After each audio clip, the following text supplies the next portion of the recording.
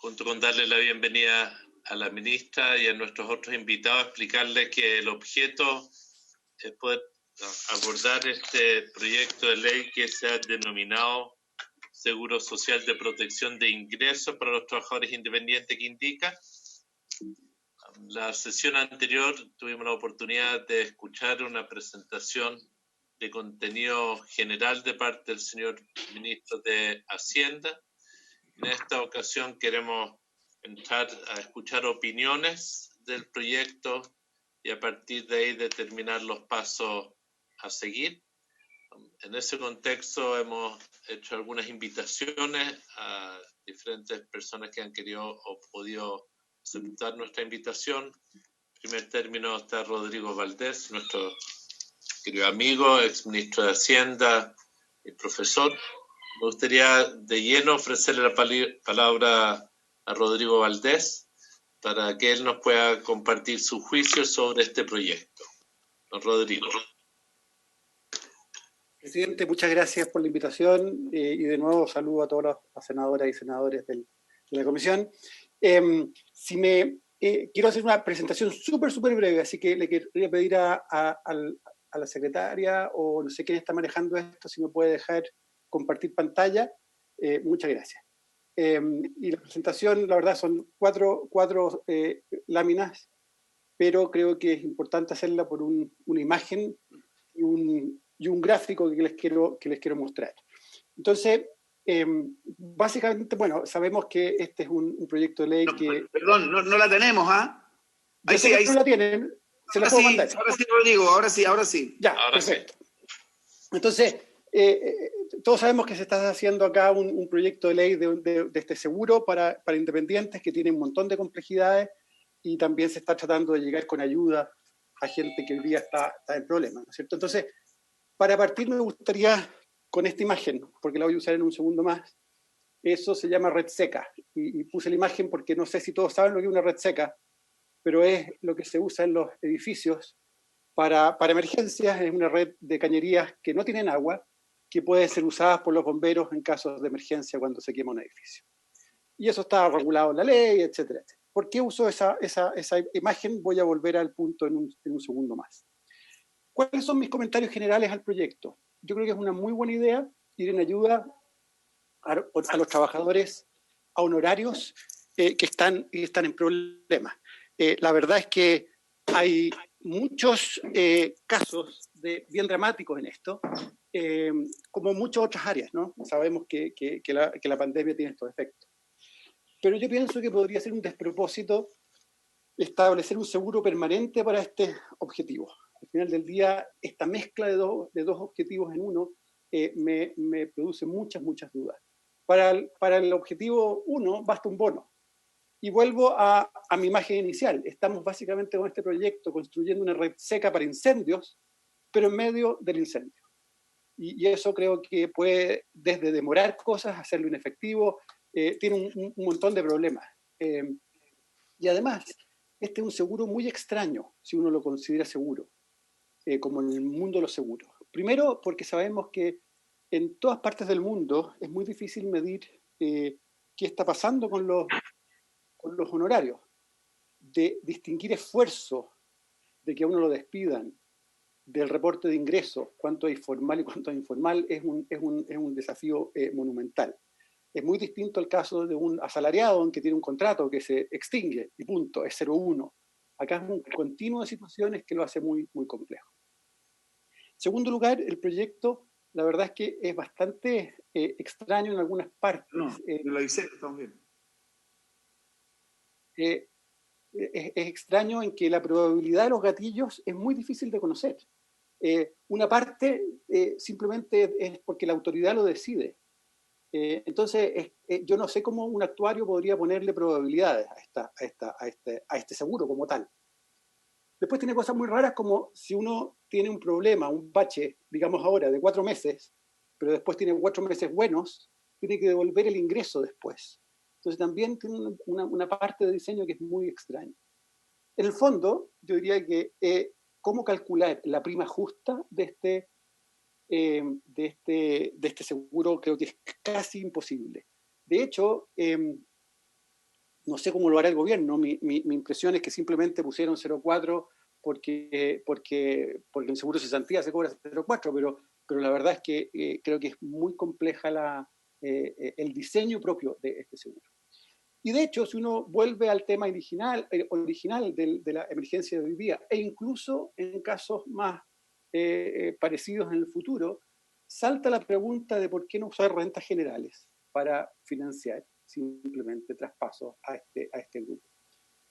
Esto es particularmente importante porque la verdad es que el seguro es para eventos agregados, para riesgos que no son propios de uno, sino son riesgos macroeconómicos, son riesgos idiosincráticos. Y en ese caso yo no veo mucha ganancia en tener un seguro personal, ¿sí? Y con aportes personales y toda una cuenta separada de las finanzas públicas, que simplemente usar esto como un bono cuando se necesite. Pongo las vueltas de la vida ahí porque, por Dios, que hemos discutido estos últimos años de usar rentas generales o contribuciones para lo de pensiones, ¿no? Pero justo acá se está dando que estamos tratando de meter una contribución especial para algo especial. Esos son los comentarios generales. Comentarios más específicos. Yo creo que estamos avanzando peligrosamente como sociedad en una estructura de beneficios que se le entregan a la gente hoy día durante la pandemia, que la verdad es que no conversan mucho entre sí, o conversan poco entre sí, y que van a generar obvias inequidades y distorsiones. Inequidades hoy día y eventualmente distorsiones en el futuro, en que va a convenir ser de un tipo o de otro tipo. La discusión, por ejemplo, de la ley sobre lo que va a pasar con los informales es parte de esta discusión más general, ¿no? Pero esto le agrega otra capa de inequidades y distorsiones. Déjenme darles algunos ejemplos súper simples. Hay dos vecinos, uno trabaja honorarios, los dos son al 70% de vulnerabilidad, ¿ok? En la distribución del ingreso, los dos están en el 70%. Y resulta que si uno trabaja honorarios, uno de esos dos vecinos va a recibir 70% de tasa de reemplazo. Quizá un poco menos si es que tiene más ingresos, pero va a recibir. Su vecino, que es un feriante, que también está en 70% de vulnerabilidad, no va a recibir nada en los próximos meses. Entonces, eso obviamente es un problema si uno está pensando en que la gente sabe qué sucede con el Estado. Otro ejemplo, hay un honorario que cae 100% su ingreso por 3 meses. Él va a recibir 70% de reemplazo. Hay un plazo fijo que entró, porque lo suspendieron, entró a la ley de protección del empleo, pero simplemente por tener ese contrato va a recibir 42% y no 70%. Entonces, creo que ha llegado el momento importante de hacer una planilla bien clara, de tratar de buscar cierta equidad horizontal en todas las cosas que estamos haciendo. Porque creo que esto es se va a prestar para un montón de distorsiones, pero se va a prestar particularmente para muchos enojos de inequidades, de cómo estamos tratando muy distinto a distintas personas. Y por último, el último típico tema es el beneficio que cae en el tiempo, ¿no? En la ley de protección de la familia, del ingreso de las familias, hay una gran discusión en esto, de que si deben o no caer los bonos. Bueno, en el seguro de cesantía sí caen, en la ley de las familias también caen, aquí no caen. Entonces, empieza a haber como nos falta como un paraguas, diría yo, no pensando en el mediano plazo, porque yo creo que hacer esta red seca para el incendio no tiene mucho sentido, pero también hay que pensar cómo estamos tratando a distintos chilenos que por cosas de la vida tienen contratos distintos, simplemente. Y por último, me gustaría mostrarle la estructura de beneficios dentro del propio sistema que se está proponiendo, porque la pregunta es, ¿por qué no usar el mismo marco que se usa en el seguro de cesantía, por ejemplo, para beneficios? Es muy difícil aplicarlo, ¿okay? Yo entiendo eso, porque aquí hay un continuo de pérdidas de ingresos, pero ese mismo continuo lo hace muy difícil de manejar al mismo tiempo. Básicamente les quiero mostrar dos gráficos. El gráfico a la izquierda es la tasa de reemplazo, eso quiere decir cuánto del ingreso original va a tener cada persona. En el eje Y, en el eje vertical, tengo la tasa de reemplazo, que es el porcentaje del ingreso normal. En el eje horizontal está el ingreso de las personas. Cuando el gobierno presentó esto, lo hizo hasta los 3 millones de pesos, entiendo, y lo que les presentó a ustedes fue la línea roja, que es una caída de 50% del ingreso de las personas. ¿Qué sucede? Que las personas van a tener caídas de ingresos distintas y por lo tanto van a tener tasas de reemplazo también distintas. Entonces, si una persona cae, por ejemplo, 0%, está en la línea negra. ¿Okay? Esa va a ser su tasa de reemplazo según su ingreso.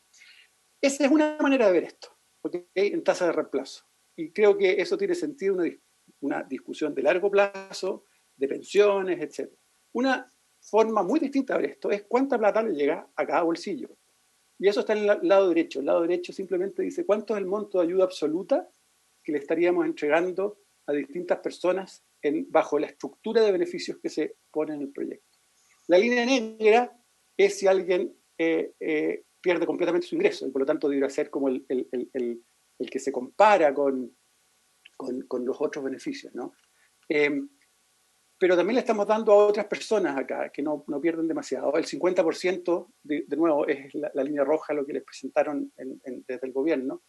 Y si se fijan que esto tiene alguna atribución buena, que es que mientras más cae el ingreso para un nivel dado de ingresos, por ejemplo, si una persona estaba ganando 800.000 pesos, mientras más le cae el ingreso, más, y esto sube, va a ser su beneficio. Pero esa continuidad, de nuevo, produce un montón también de distorsiones respecto del resto. A mí lo que más me llama la atención es mirarlo esto horizontalmente, ¿no? En que, ¿a quién le vamos a dar 300.000 pesos de bono?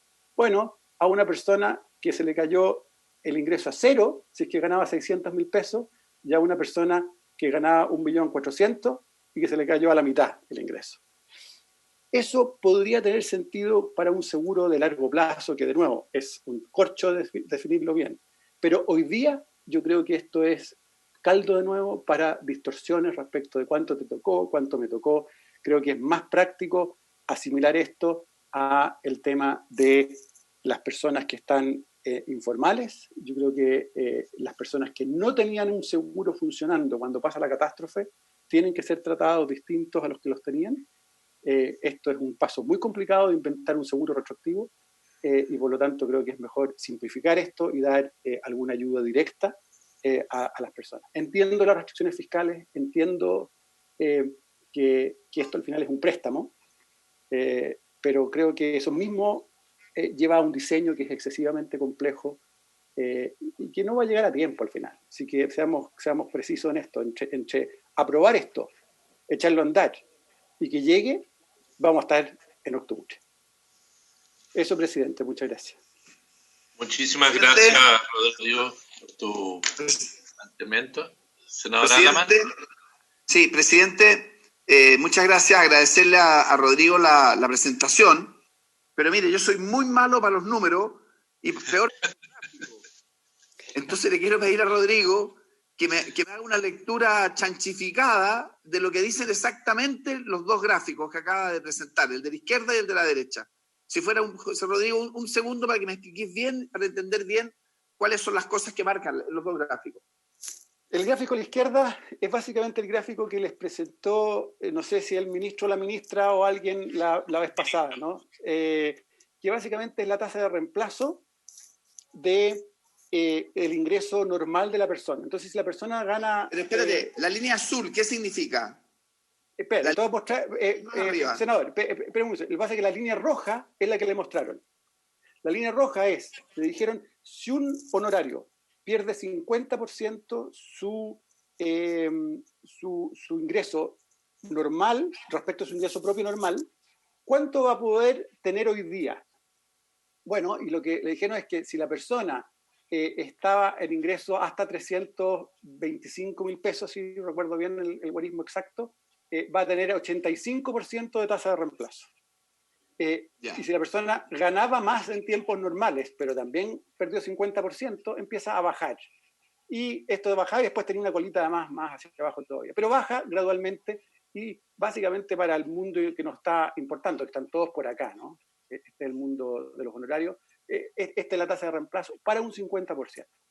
La línea azul de arriba es qué le sucede, cuánto es la tasa de reemplazo de una persona que pierde ahora no 50%, sino que solo 25%, y por lo tanto se queda con 75% de su ingreso normal. En ese caso, él va a tener le van a rellenar proporcionalmente menos que el otro, pero va a poder subir un poquito respecto a lo que habría perdido. Sin esto, a propósito, esa línea estaría acá, ¿okay? Estaría plana en 75%. Pero ¿el azul pierde más o menos que el 50%? Menos. Bueno, en esta pierde menos porque tiene ingresos, ¿ok? Entonces, a lo que yo estoy yendo con esto es que estamos poniendo una medida, técnicamente una métrica, para medir si esto es bueno o malo en tasa de reemplazos, que creo que es correcto para una discusión de seguridad del tipo de, por ejemplo, vamos a ver no sé, una reforma al sistema contributivo. Incluso si uno hiciera un seguro permanente de cesantía. Lo que me complica más hoy día, sin embargo, es que estas mismas cosas yo las puedo dibujar en montos absolutos de ayuda.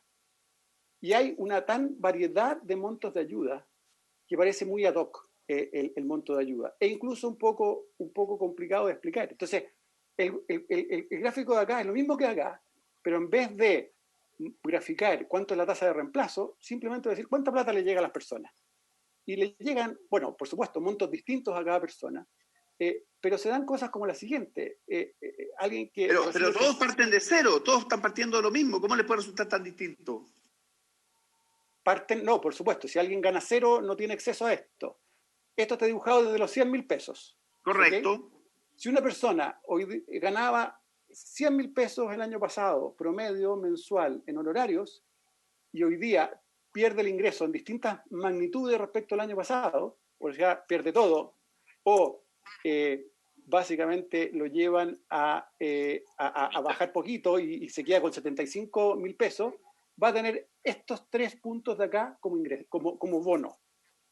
¿Okay? Hoy día le vamos a decir, ¿saben qué? Usted ganaba 100 lucas, a los de 100 lucas el año pasado, que se quedaron sin ningún peso, van a recibir 70.000 pesos. Los que ganan la mitad van a recibir algo así como 30.000. Si uno ganaba 800.000 pesos, en cambio, el año pasado, y se quedó sin nada, le vamos a dar 370.000. Si pierde un poco, le vamos a dar 100.000. Entonces, está estructurado esto de una manera que yo creo que podría tener sentido para un seguro de largo plazo. Ese seguro, como decía antes, es de una complejidad de implementar enorme. Es muy difícil saber si le estamos cobrando lo justo a estas personas. Se están dando cosas tan raras como que si en la segunda mitad del año ellos recuperan el ingreso, tienen que devolver la plata. Cosas que son muy extrañas para un seguro. Un seguro que se gatilla porque hay una recesión o porque la autoridad lo decide, no por un evento objetivo exógeno. Entonces, presidente, última pregunta para no molestar más.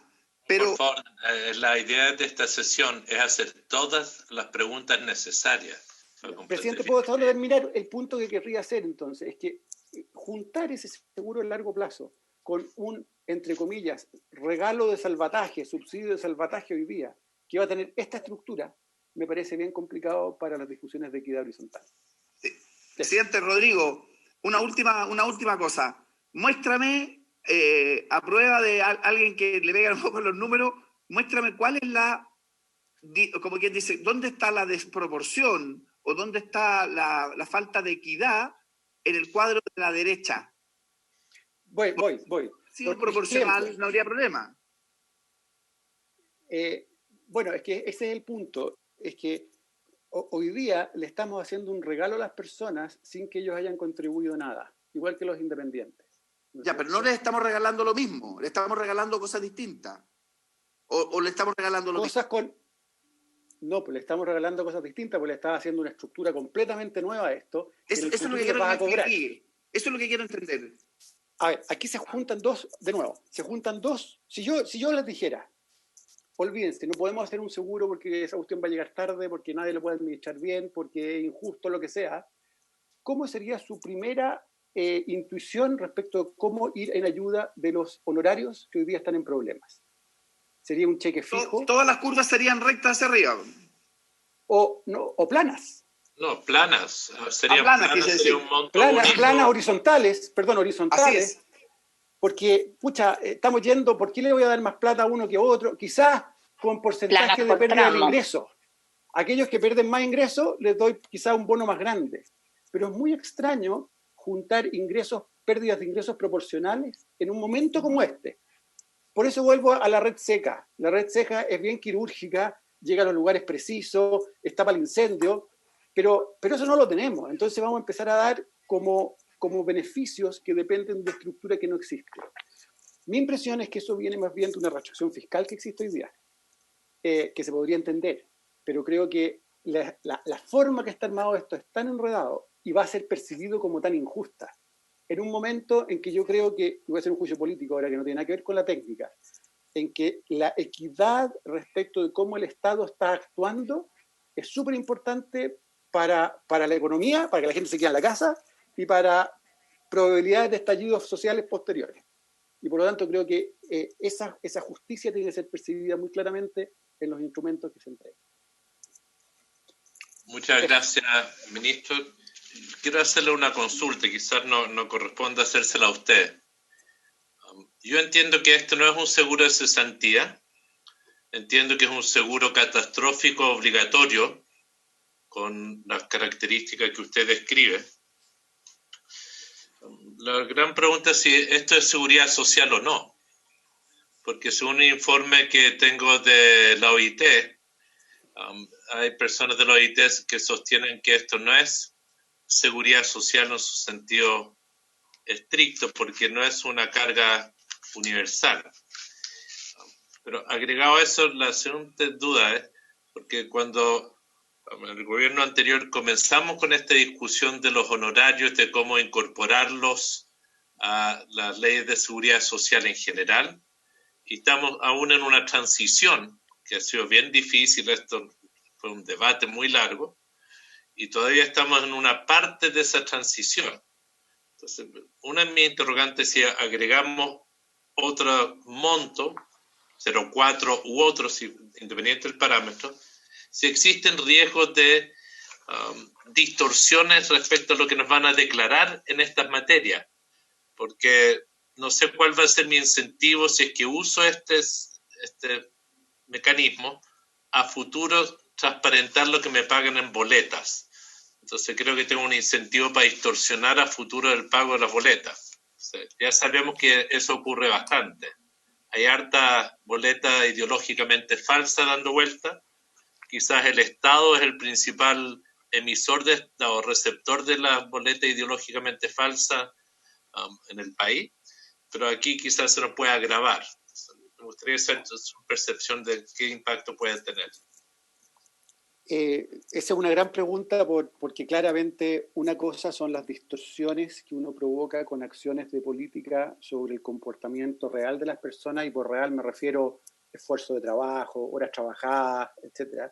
Y otra cosa muy distinta es las distorsiones que provoca una acción de política sobre qué es cómo se hace la declaración de impuestos al final, o cuán formal es la persona. Y ciertamente, mientras más carga le pongamos al mundo de los honorarios, más se va complejizando esto. No tenemos muy buenas ideas de cuánto cuánto se evade al final, porque esto no es la otra cara de las boletas ideológicamente falsas, ¿no? Que esas son las que no se hizo el servicio y se cobra. Acá se hace el servicio, se cobra, pero no se hace boleta. Y eso, la verdad es que no sabemos cuánto puede ser, y puede ser importante, y es cierto que todo lo que estamos haciendo va a ir contra eso. Ahora, al menos, creo yo, que cuando uno dice ya va a tener que hacerlo para la AFP obligadamente, tiene un beneficio más claro detrás. En este caso, de nuevo, yo no tengo ninguna claridad que los montos que se están ofreciendo, dado que los gatillos para estos eventos son muy desconocidos, si esto se va a percibir como simplemente un impuesto más y por lo tanto va a llevar a más de esto. Ahora, eso va a ser siempre el caso, por lo tanto no creo que sea el gran argumento en contra de este seguro, porque vamos a tener que avanzarlos en el 10%, en el 6% que alguna vez se termina de legislar, va a haber que hacer esos cambios. Lo que más creo que es complejo en este caso es un detalle del diseño en el largo plazo, que es que si la persona se recupera en la segunda mitad del año, tiene que devolver. Ahí sí que van a haber incentivos enormes a evasión de no hacer boletas simplemente, porque va a estar el costo doble en el fondo.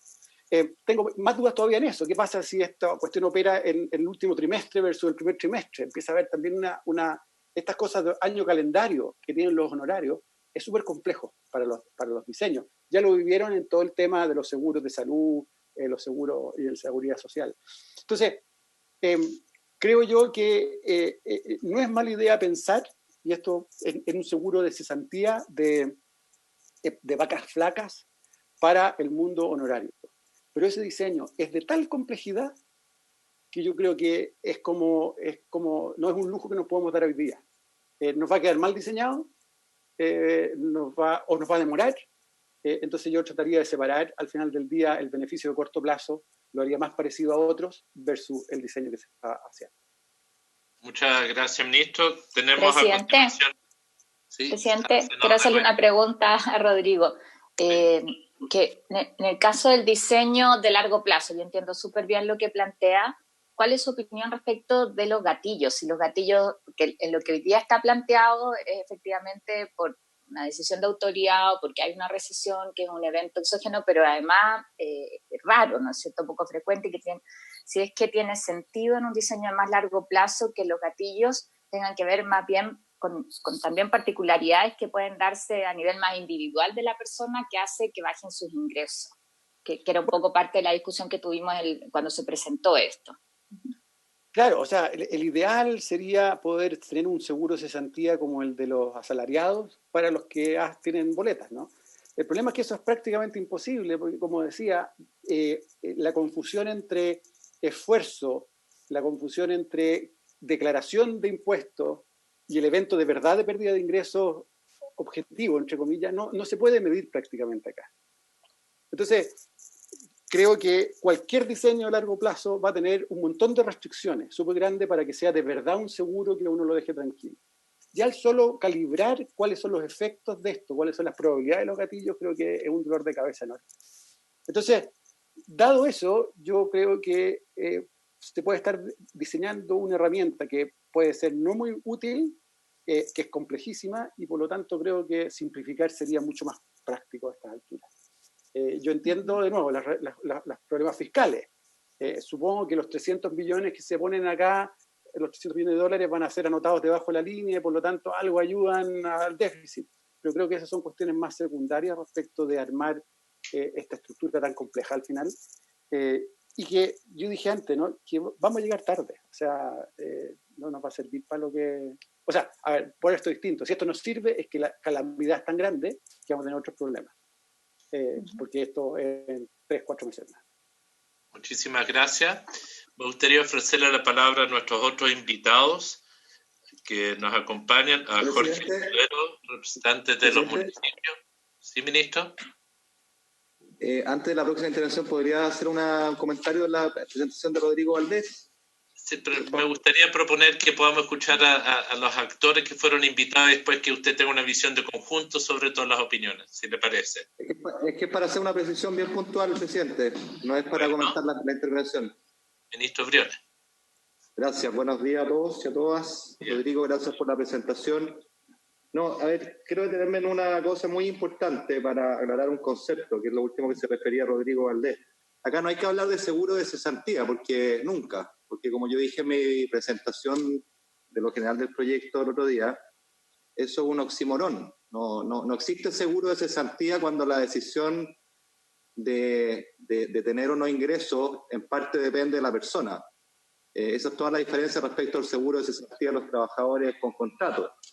Yo le daba el ejemplo acá el otro día de cómo voy a medir una persona que me muestra que tiene efectivamente una caída en sus ingresos por boleta, no porque esté sufriendo un choque exógeno, sino que porque simplemente ese mes decidió no trabajar, o irse de vacaciones, o quién sabe, alguna decisión propia, muy legítima, pero que no dice relación con un elemento exógeno, que es lo que debería siempre marcar un seguro.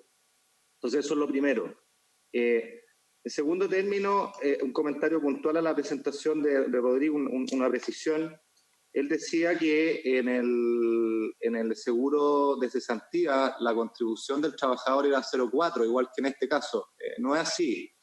es 0,6, como sabemos, para la cuenta individual, pero además el empleador pone 1,6, totalizando 2,2 y pone 0,8 adicional en la cuenta solidaria, es decir, al final del día son 3 puntos versus 0,4 acá, es bastante menos acá, y bien sabemos que en el largo plazo además esa contribución se traspasa salario, por lo tanto esos 3 puntos de contribución al seguro de cesantía en el largo plazo, buena parte de esa es de cargo del trabajador al final del día y por lo tanto los órdenes de magnitud 0,4 versus 3 me parece que son importantes tener a la vista.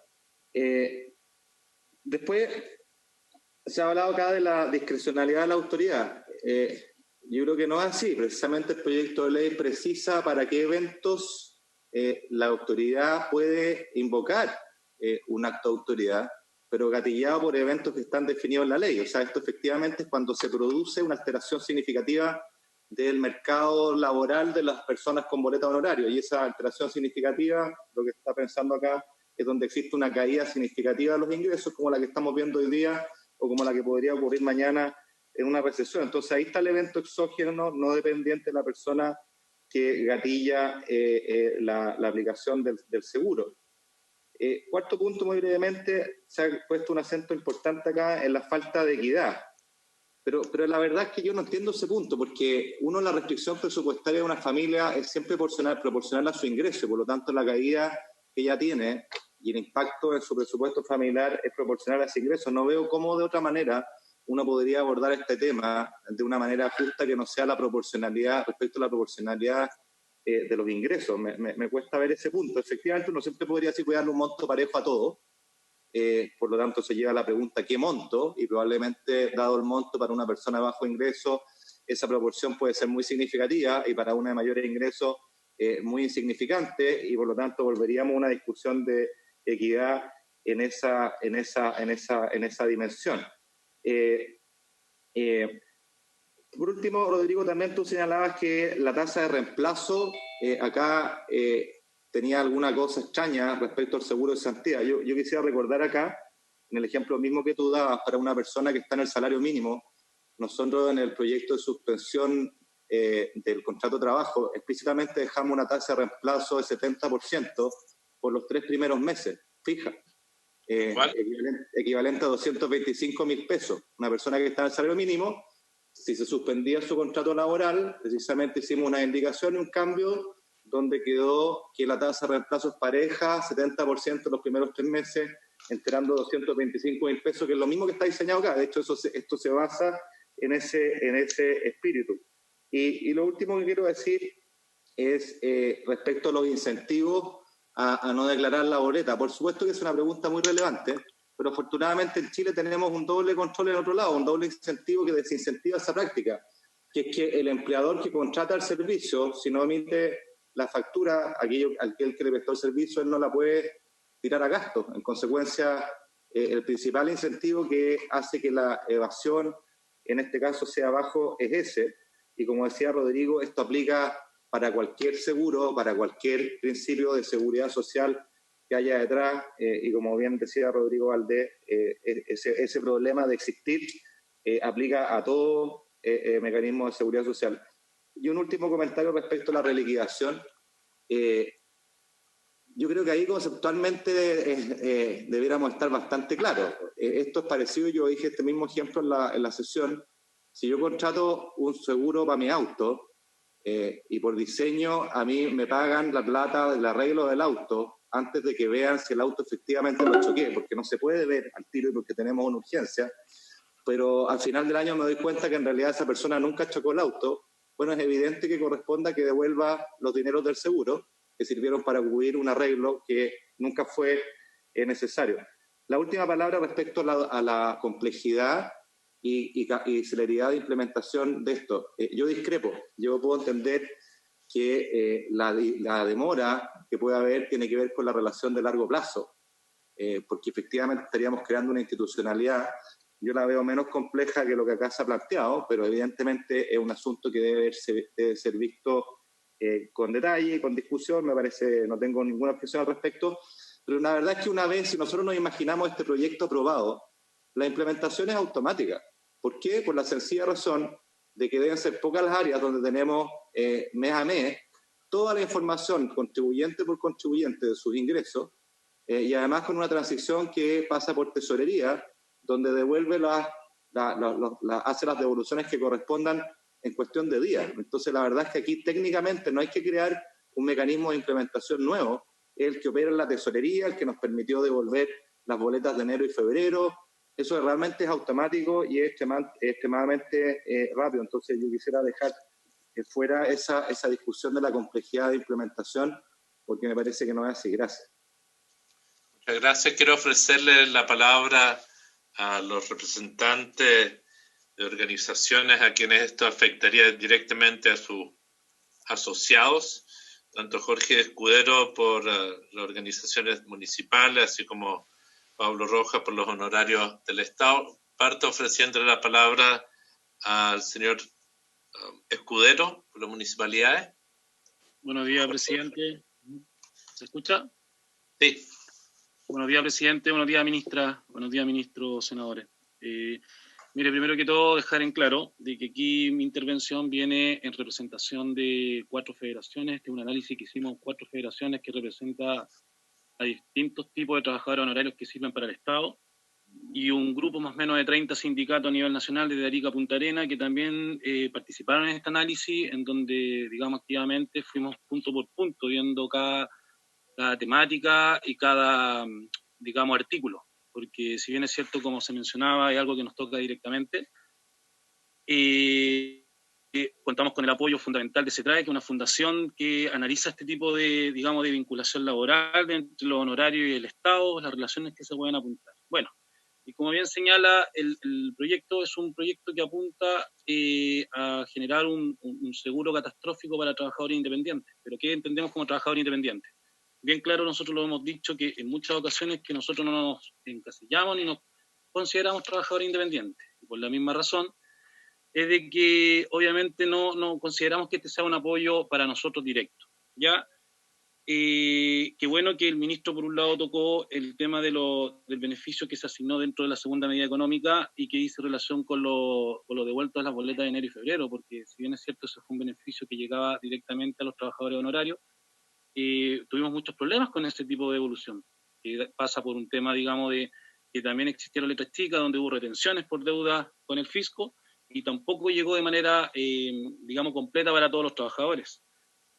Entrando de lleno en el tema del análisis del proyecto, inicialmente mencionamos, digamos, uno de los temas de por qué nosotros consideramos rechazar ciertos artículos o de manera general, es porque obviamente está enfocado a trabajadores independientes. Aquí, si bien es cierto, se habla de un análisis, digamos, o se abarca el tema de aquellos trabajadores que efectivamente ven una pérdida, digamos, del ingreso. Nosotros tenemos que tener claro de que nosotros somos servidores públicos. Por ende, no debiéramos por qué perder el ingreso si somos los que estamos dando la cara en estos momentos de crisis o en estos momentos de pandemia. Y yo hago la invitación a cualquier senador o a cualquier secretario de Estado para que se dé una vuelta por cualquier servicio público, y la gran mayoría de los trabajadores que están cumpliendo funciones hoy día son trabajadores honorarios y que precisamente no están cubiertos, o sea, estamos hablando de un seguro que se haga efectivo con cargo al trabajador y que se complementa con la ley 21.133, que si bien es cierto nosotros apoyamos porque garantizaba de alguna manera ciertos seguros o acceder a ciertos seguros, rechazamos la idea de que sea con cargo a nosotros. Pero si bien es cierto, hoy día nuevamente se carga a nosotros un 0,4 que en el global pasa a ser un 4,8% en el anual. Entonces, obviamente es algo que nos afecta directamente. Aumenta la retención mensual de nuestra boleta en un 0,4. Esto se complementa con el aumento de la retención de un 0,75 anual que vamos a tener, que va enmarcado en la ley 21.133. Al final del periodo, digamos, de cada año o de cada operación, esa retención se va reflejada en un 4,8, como recién mencionaba. Crea un fondo de protección financiado exclusivamente para ser utilizado en situaciones de catástrofe. Entonces, nosotros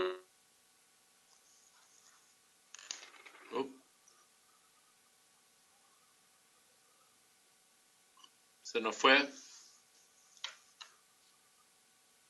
Una demanda judicial en donde se van a reconocer mis derechos, pero sin embargo no tengo acceso a un seguro de cesantía, no tengo acceso a un reconocimiento de mi función que por lo demás puede alargarse en 5, 10, 15, 20, 30 años, incluso hasta 35 años trabajando en la misma calidad contractual. Entonces, si es que se va a crear, como bien lo señalaba el ministro, es algo puntual, una situación catastrófica, pero si se va a crear un seguro o si queremos tener la real voluntad de apoyar a los trabajadores honorarios, que sea algo permanente pero con cargo al Estado, y no precisamente sigamos cargando el tema del trabajador honorario. Otro punto importante que mencionar es que cubre hasta el 70%, digamos, de la pérdida y no del ingreso del trabajador. O sea, si yo tengo un ingreso de 1 millón de pesos, de 500.000 pesos, y yo de eso pierdo a lo menos el 20 o más por ciento, dentro de ese porcentaje de pérdida, yo puedo llegar al 70%. Y el otro porcentaje de pérdida yo no lo voy a tener compensado. Entonces, de alguna manera tampoco va a reflejar la necesidad. O sea, tenemos trabajadores honorarios que son sustento de hogares, que ellos pagan arriendo, o pagan dividendo, o pagan carrera universitaria, y los arriendos, los dividendos se marcan dentro de un contexto de 200.000 pesos, 150.000 pesos por lo bajo y 400.000 pesos por lo alto, sino más. Entonces, ¿de qué estamos hablando en esos meses? Que estas personas son sustento de los hogares.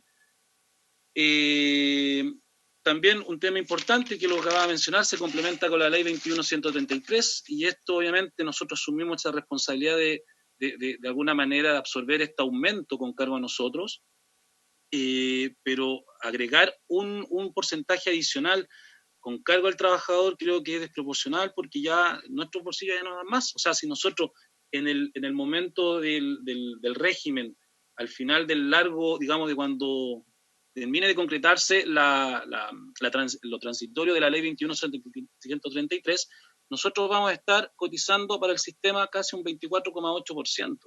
Entonces, es totalmente desproporcionado en relación a cualquier trabajador de Chile. Es por esta razón, y por lo mismo que yo mencionaba también en un principio, de que la mayoría de los trabajadores honorarios aquí no ha dejado de trabajar, no ha dejado de cumplir sus funciones, de alguna manera la ha cumplido de manera remota o de manera presencial, expuesto a contagiarse con el virus y expuesto a contagiar a sus familias, y es por lo mismo que nosotros invitamos aquí a esta comisión y también al Ejecutivo a iniciar una discusión real, seria, en que pueda ir en ayuda directa a los trabajadores honorarios y no una vez más cargando, digamos, disculpe por llamarlo así, cargando la mata al bolsillo de estos trabajadores, que por lo demás está bastante cargada. Entonces, nosotros hoy día tenemos trabajadores honorarios que están trabajando en los cordones sanitarios, como en las comunas de Vicuña, en las comunas de Illapel, de Montepatria, de Los Vilos, donde precisamente casi el 85-90% de los trabajadores que están ahí son honorarios y que hoy día tienen problemas para poder tramitar su licencia médica, porque precisamente estas instituciones prestadoras de salud no reconocen las licencias médicas por COVID-19. Entonces son trabajadores que están expuestos. Tenemos honorarios con funciones operativas, que si bien es cierto están siendo condicionados hoy día para volver a trabajar, forman parte de esta población de riesgo, pero sin embargo lo están obligando. Entonces estamos tratando de buscar una solución que va a cargar más el bolsillo del trabajador, pero de alguna manera seguimos con los mismos problemas de siempre. Son muchas las razones por las cuales nosotros, digamos, de manera articulada a nivel nacional, a través de estas federaciones, a través de CETRAI, a través de los diferentes sindicatos, hemos consensuado de alguna manera en que consideramos que es un proyecto que no nos beneficia a los trabajadores honorarios del Estado. Si bien es cierto, apunta a aquellos trabajadores independientes que ven afectados sus ingresos, no somos parte de este grupo de trabajadores, e invitamos al ministro y a la ministra y a esta organización, digamos, del Senado, a que se comience a trabajar o a elaborar un estatuto honorario para mejorar definitivamente la relación de nosotros, y con eso se van a solucionar muchos problemas, tanto en la condicionante de poder tener un ingreso mensual, en la condicionante que tenemos cada vez que queremos tramitar una licencia médica, que somos segmentados o que somos categorizados por los mismos trabajadores. Se nos cortó.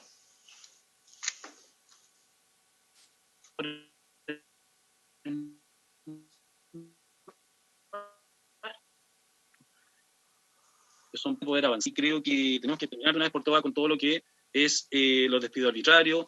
Invitamos a poder legislar de manera responsable en algo que nos garantice a nosotros una protección frente a una situación de despido, y que no tengamos que llegar a un tribunal para poder tener el reconocimiento de lo que nosotros cumplimos con vocación, profesionalismo, y que día a día dejamos nuestro corazón en la calle y en los diferentes servicios públicos. Es lo que nosotros, como diferentes organizaciones, tanto municipales como de servicios públicos, podemos aportar, y obviamente creemos que una crítica constructiva para poder mejorar y que apunte directamente a los trabajadores donde va enfocado, trabajadores independientes, lo cual nosotros no nos reconocemos como tal. Eso es todo lo que nosotros, de alguna manera resumida, podemos aportar, presidente. Agradecemos la invitación y la intervención que nos pudieron dar en estos minutos. Muchísimas gracias por la presentación. Señor Escudero, me gustaría preguntarle, para efectos de las actas, ¿cuántos son los trabajadores que ustedes estiman que son parte de los trabajadores a honorario del sector municipal? ¿De qué cifra es la que ustedes manejan en ese ámbito? Lo que nosotros manejamos en cifra del sector municipal son alrededor de 60.000. Como bien se menciona, no hay un manejo, digamos,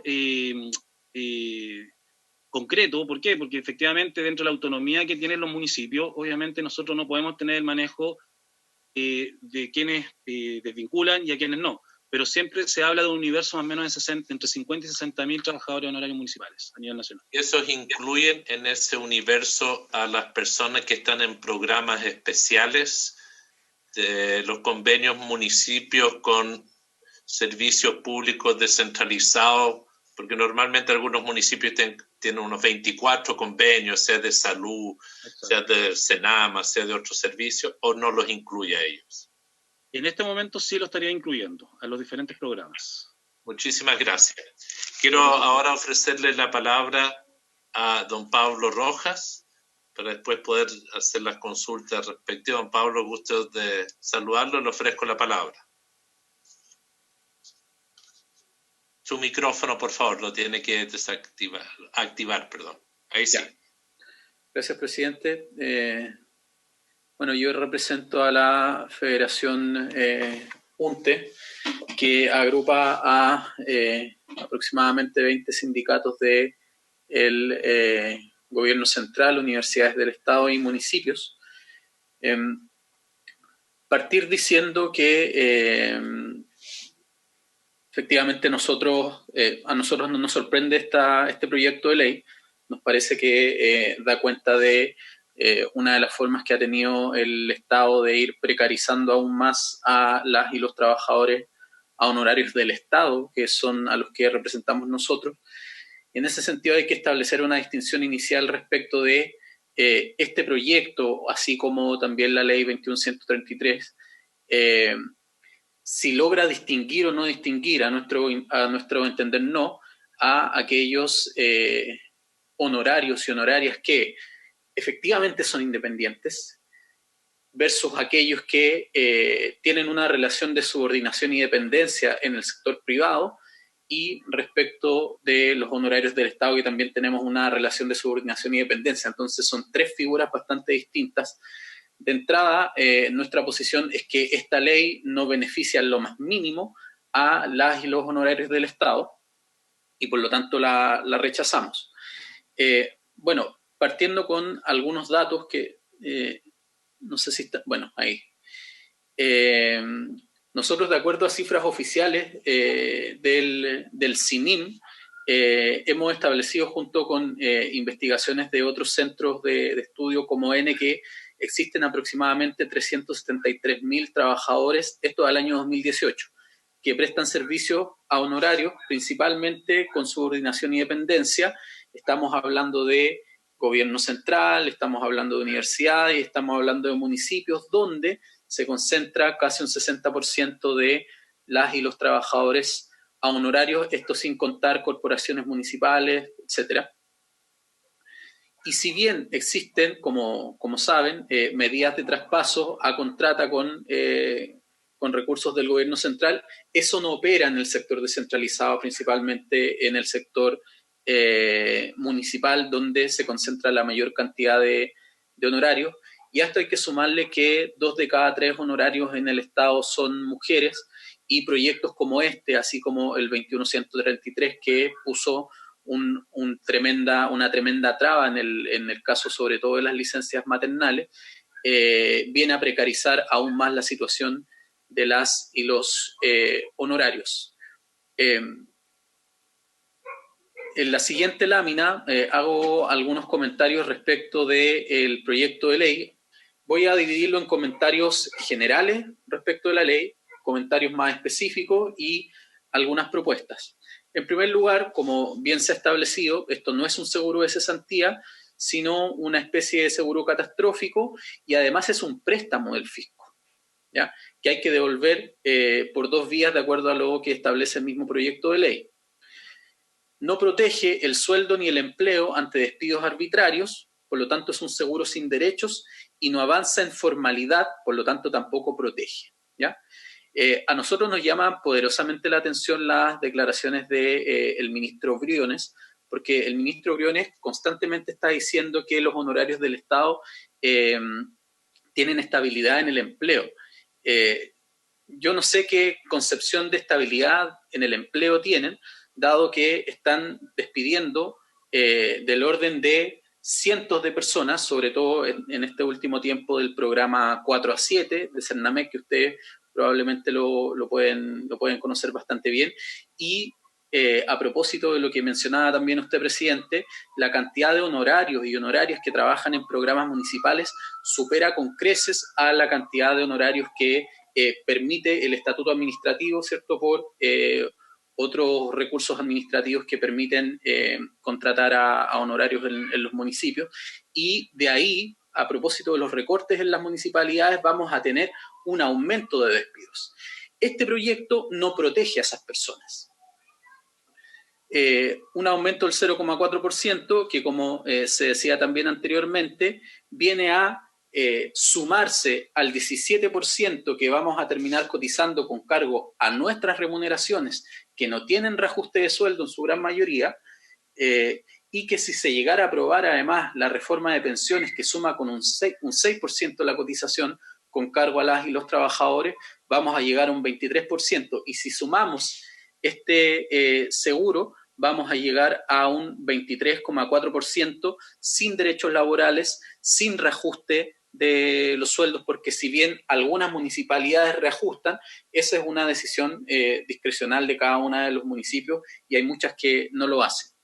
En la siguiente lámina nos preguntamos algunas cuestiones respecto de cuál es el universo real, ¿cierto? El gobierno habla de 1.2 millones en el régimen transitorio, 2 millones en el régimen permanente, pero en estricto rigor no sabemos cuál es el universo real, porque el universo real corresponde a las personas que sufran un detrimento de un 20% o más. Y por lo tanto, es un proyecto que en principio es un poco ciego, en el sentido de que puede darse la situación de que finalmente este aporte no llegue a 1.2 millones en régimen transitorio, sino que llegue a 400.000 personas, a 500.000, no lo sabemos, ¿ya? Y en ese sentido tomo las palabras del exministro Valdés, pero también lo que hemos propuesto nosotros, que acá lo que necesitamos es un aporte mínimo y universal a las y las personas que boleteamos. Por otra parte, ¿cuál sería el beneficio efectivo para este universo, dado que, como lo mencionó también el ministro Briones ayer, la mediana de los sueldos de las y los honorarios está por bajo los 500.000 pesos? Entonces, siempre que pensamos en ejemplos de 1 millón, en realidad nos estamos dando cuenta de la mayor proporción de personas que trabajan a honorarios que ganan menos de 1 millón de pesos. Una cuestión que nos preocupa particularmente es que pretende hacer permanente un mecanismo de emergencia que, sinceramente, como bien ha quedado establecido en esta sesión, genera más dudas que certezas, y lo que nosotros menos querríamos es que se repitan situaciones como la de la llamada Ley de Protección del Empleo, que hubo que hacerle enmiendas luego de aprobada. Y acá lo más complejo de todo esto es que, si bien la Ley de Protección del Empleo se refiere al periodo de emergencia, acá lo que se busca es establecer un mecanismo permanente en una situación de emergencia, lo que nos parece, en términos de legislar, una muy mala idea. También consideramos que abre un nuevo nicho de negocio a las AFP a través de entregarle la administración a la AFC. Estamos completamente en desacuerdo con ello. Creemos que una reforma de pensiones de largo plazo tiene que considerar el cuestionamiento del sistema de AFP, y por lo tanto nos parece que destinar más dinero de nuestros bolsillos a las AFP a través de la AFC no es una buena idea. Nos parece también que el aporte de 300 millones de dólares de aporte al fisco es insuficiente si lo comparamos con otros aportes que el fisco ha hecho para el FOGAPE, para los aportes a las y los trabajadores informales que bajo ciertos criterios también nosotros podríamos considerarnos como tal.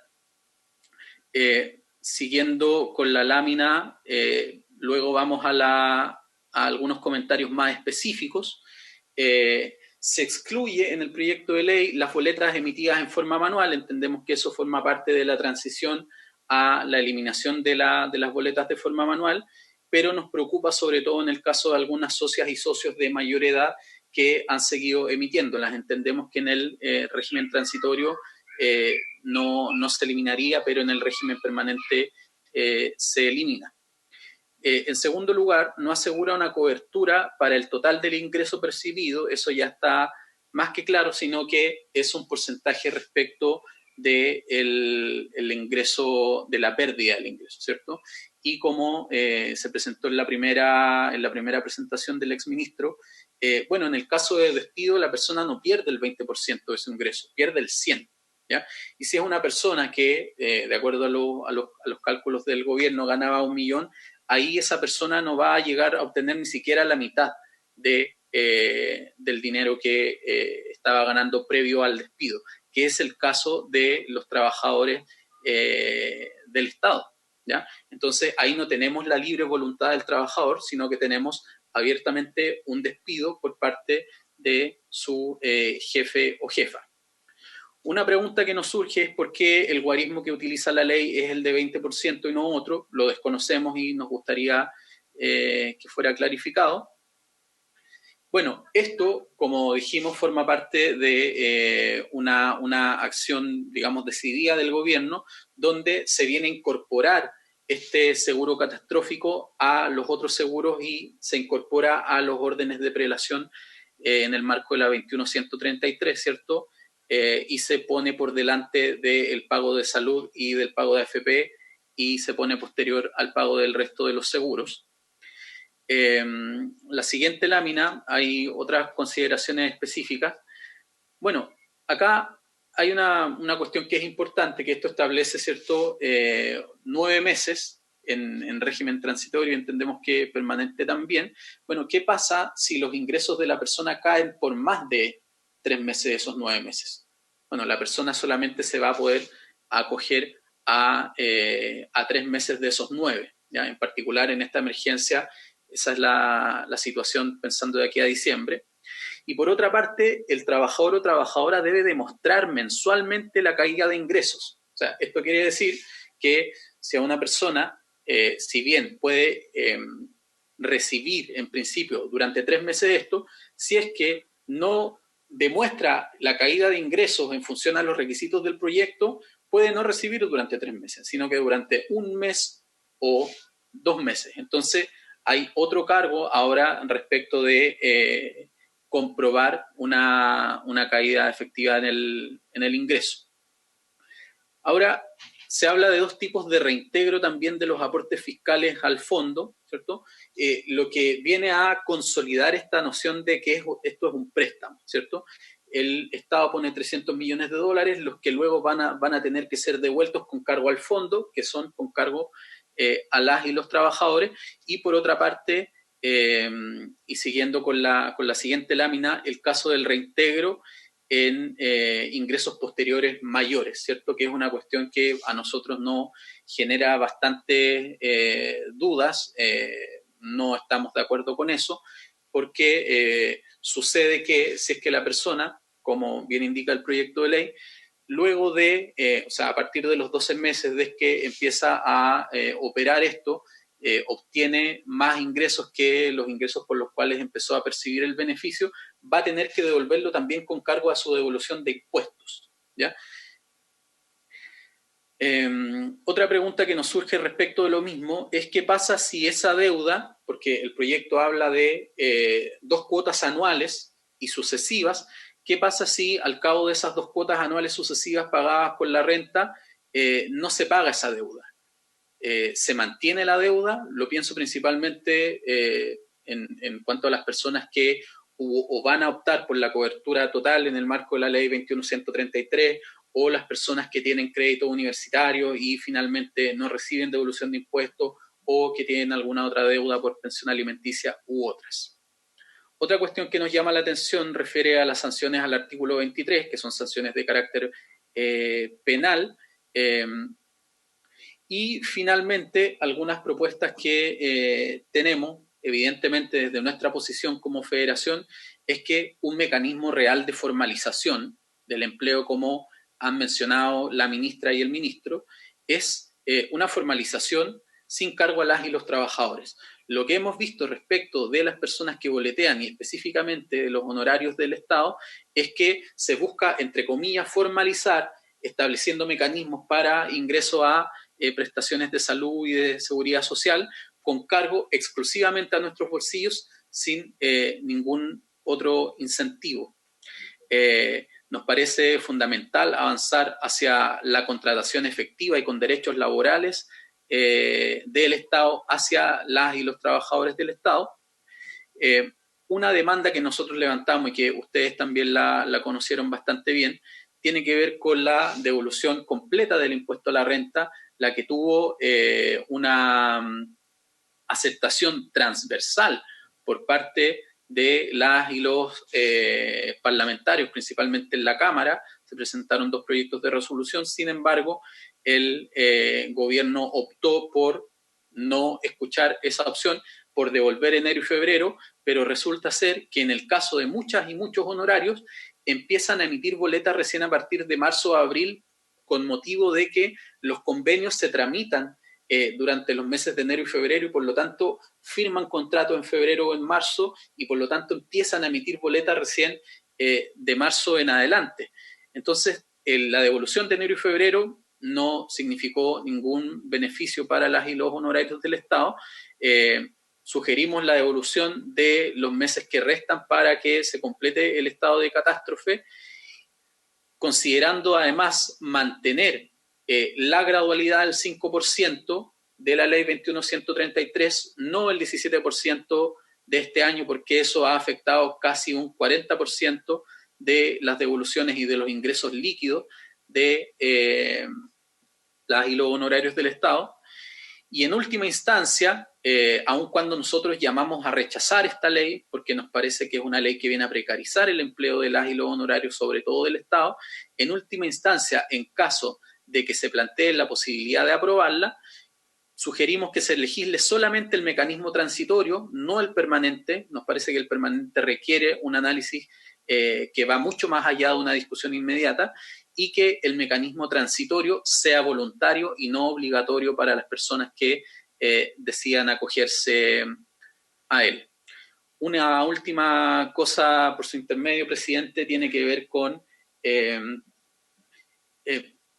ya nosotros no nos parece, digamos, impertinente solicitarle cualquier cosa a los ministerios, principalmente al Ministerio del Trabajo, dado que desde el momento de la discusión de la ley 21.133, a la cual nosotros nos opusimos en la forma que actualmente existe, el compromiso que se hizo en la Comisión de Trabajo por parte de la subsecretaria del ministro Monkever en ese momento, y luego reafirmado por la ahora ministra, de establecer una mesa interministerial en que se fueran dando solución a la situación de los honorarios del Estado, ha sido dilatada continuamente desde el año 2018, y ahora este año, en la misma Comisión de Trabajo de la Cámara, la ministra abiertamente desconoce el acuerdo y dice que su ministerio principalmente tiene que ver con el ámbito del trabajo privado. Entonces, lamentablemente a nosotros ya sabemos que ni este proyecto ni otras medidas del gobierno nos dan garantía. Entonces solicitamos expresamente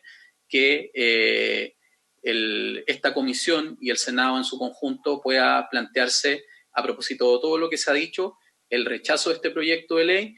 Y una última cuestión, presidente, respecto de las personas del programa 47 de Cernamec, solicitamos se pueda oficiar a el Ministerio de la mujer y así también al Servicio Nacional de la Mujer y Equidad de Género respecto de la situación del programa 4-7, porque ha ocurrido de que de los aproximadamente 1.000 o 1.200 trabajadores, un 95% tiene el trabajo en ese programa como su principal fuente de ingreso, y en muchos casos en municipios han suspendido sus contratos debido al famoso oficio 141, y nos parece que es importante que, dado que algunos municipios se han resistido a ese oficio y han mantenido el trabajo de ese programa, que el Servicio Nacional pueda dictar o al menos pronunciarse formalmente respecto de qué va a pasar con esos y esas trabajadoras que claramente son un ejemplo de la inestabilidad en el empleo en el sector público. Muchas gracias, presidente y comisión.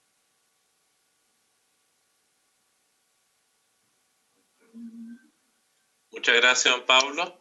Me gustaría hacerles dos consultas muy puntuales. Si dentro de la organización de ustedes están los asistentes de la educación no docente que se les paga por ley CEP, porque no escuché que eran parte de las organizaciones, solamente para identificar qué sectores no están representados.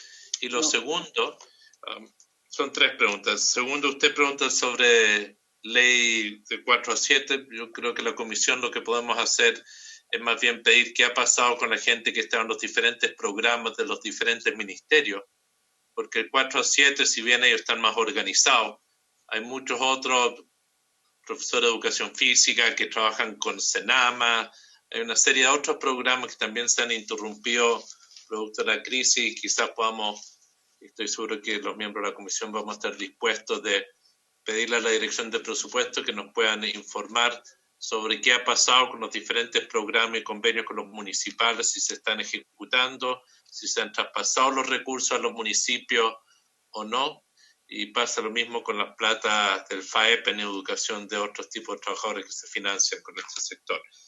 Y mi tercer consulta, comentario es, ¿ustedes tienen una propuesta de cómo diferenciar a los trabajadores que trabajan para el Estado a honorarios, y cómo se puede diferenciar ese tipo de contrato de otros trabajadores a honorario que son trabajadores independientes, peluqueros, psicólogos, actores? Uno puede hacer una mención de muchas personas, porque es evidente que el cobro de este seguro catastrófico es aparentemente, no aparentemente, sería lo más gravoso para ustedes, porque ustedes tienen un ingreso fijo. Y si hay una catástrofe, si hay un terremoto, o ahora como pandemia, no hay reducción de ingresos por la pandemia. Han habido despidos, esa otra discusión, sin duda. Pero digo, en lo grueso, a ustedes se les mantienen los ingresos, y sería bien absurdo que le estén obligando a pagar un seguro catastrófico que no van a usar. Entonces, no sé si tienen formas de diferenciarse de los otros a quienes, en teoría, pudiese aplicar el seguro catastrófico, independiente si este tipo de seguro es o no de seguridad social. Senadora Goich, ¿te pide la palabra? Sí, presidente, iba como en la misma línea, porque yo creo que aquí hay que dejar en claro que hay un grupo que solamente tiene la carga de aportar para este seguro, para este beneficio, y que no va a ser beneficiado, y que es muy complejo separar los que tienen efectivamente subordinación y dependencia de los que no. Así que comparto sus preguntas. También era si es que tienen alguna proporción a propósito de los datos que pidió, y que me parece muy legítimo, y que ha sucedido con programas que tienen trabajadores honorarios y que por motivos de la pandemia no continúan. ¿Qué ha sucedido con esos trabajadores? Preguntarle a ambos expositores si tienen más dimensionado cuántos son. Creo que eso es bien importante también que nos lo puedan compartir. Muchas gracias. Gracias, senadora. Quiero ofrecerle la palabra a la señora ministra del Trabajo, María José Saldivar, tiene la palabra. Muchas gracias, presidente. A mí me gustaría referirme a tres puntos que son distintos, uno de los cuales fui aludida personalmente por el señor Rojas, y tiene que ver con esta mesa del sector público que se origina después de la aprobación de la ley 21.133, que lo que buscó darle cobertura y protección en materia de seguridad social a todos los trabajadores de honorario, en materias tan sensibles como es salud común, salud laboral, pago de asignaciones familiares, ley sana, así como también de pensiones. Y en esa oportunidad, efectivamente, el Ministerio del Trabajo, cuando yo era subsecretaria, lideramos la mesa y tuvimos nosotros, y esta era una mesa intersectorial en que estaba Hacienda, que estaba el Servicio Civil, y que como Ministerio del Trabajo nosotros principalmente tuvimos que ver con todo lo que tenía que ver con implementación de la protección en materia de seguridad social. Y aquí yo creo que hay una gran confusión, y de hecho yo creo que muy alimentada por los periodistas que me preguntan permanentemente al Ministerio del Trabajo sobre temas que tienen que ver con el funcionamiento del sector público, de los funcionarios públicos. Nosotros como Ministerio del Trabajo no tenemos la tuición sobre los funcionarios del sector público. Nosotros no tenemos una opinión, nosotros no podemos fiscalizar el funcionamiento del sector público. Esa es una materia que compete a otros ministerios. Nosotros lo que es seguridad social sí. Y es por eso entonces que en la última sesión de la Comisión de Trabajo de la Cámara de Diputados señalamos esto de manera muy clara, y es algo que está y es de público conocimiento, está dentro del ámbito de nuestras competencias. Nosotros como Ministerio del Trabajo tenemos como misión fiscalizar el correcto cumplimiento y el respeto de los derechos del sector privado, y eso yo quiero que quede bien claro. Esto es independiente que nosotros vamos a participar en todas las instancias de coordinación, que seamos parte de la mesa del sector público en el tema de cuando se determinan los reajustes, pero junto con el Ministerio de Hacienda. Entonces, yo creo que es bien importante tener claro, porque nosotros no podemos actuar fuera de nuestro ámbito de competencia. Entonces, para que quede claro y que no haya malos entendidos, que aquí no ha habido una intención de no cumplir con algún tipo de compromiso. Lo segundo que yo creo que es importante es entender qué es lo que estamos buscando con esta ley. Y lo que estamos buscando con esta ley es tener un mecanismo que nos permita proteger los ingresos de las personas que emiten boletas de honorario. Y así, y yo creo que es muy atingente lo planteado por el senador Letelier y por la senadora Goit, porque no todos los honorarios, y es un poco la idea que está quedando acá, trabajan para el Estado. Tenemos una enorme cantidad de honorarios que se desempeñan en otras funciones, y es más, tenemos muchos honorarios que comparten al mismo tiempo la calidad de trabajar para el Estado y trabajar para otros, es decir, emitir boletas de honorario respecto del Estado o de otros empleadores que pueden ser del mundo privado, y por lo tanto también tenemos que entender que los honorarios transitan entre el mundo privado y el mundo público. Y entonces todas estas relaciones hacen que tengamos que buscar un mecanismo para protegerlos a todos y no diferenciar a un grupo que efectivamente puede tener mayor estabilidad en sus ingresos.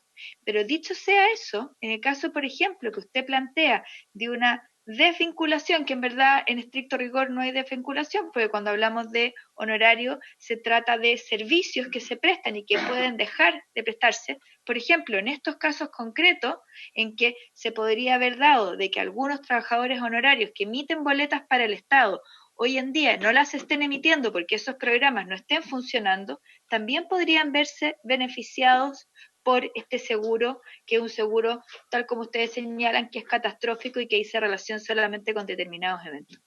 El punto es, y yo creo que es lo más complicado que tenemos que hacernos nosotros, la pregunta es, ¿queremos tener a la totalidad de los trabajadores de nuestro país, independiente de cuál es la forma en la cual se desempeñan, cubiertos por la seguridad social? ¿Sí o no? ¿Es un valor? ¿Sí o no? Y ese es un tema que es importante ponerlo sobre la mesa.